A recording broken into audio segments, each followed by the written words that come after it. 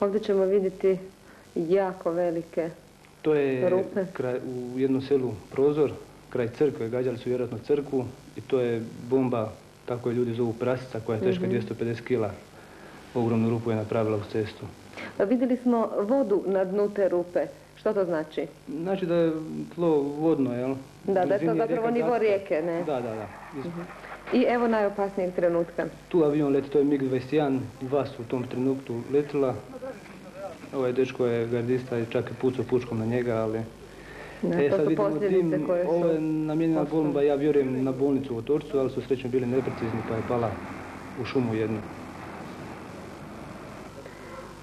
Ovo je kraj hotela Gacke gore, dve te teške bombe su pale. Evo vidite posljedice tu. To je sve razrušeno. To je krasni hotel Gacka koji je... Da, poznat je po ribićima koji dolaze tu svake sezone.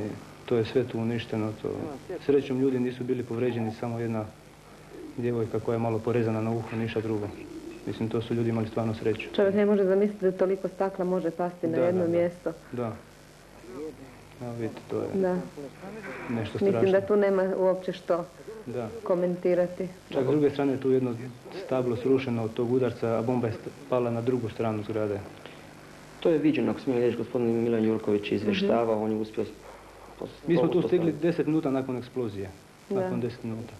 Po licu ljudi se vidi što su proživjeli prije nekoliko minuta. Da nije, dakle, ostali su zidovi, jeli, od hotela, praktički ništa drugo. Nismo puno unutra bili jer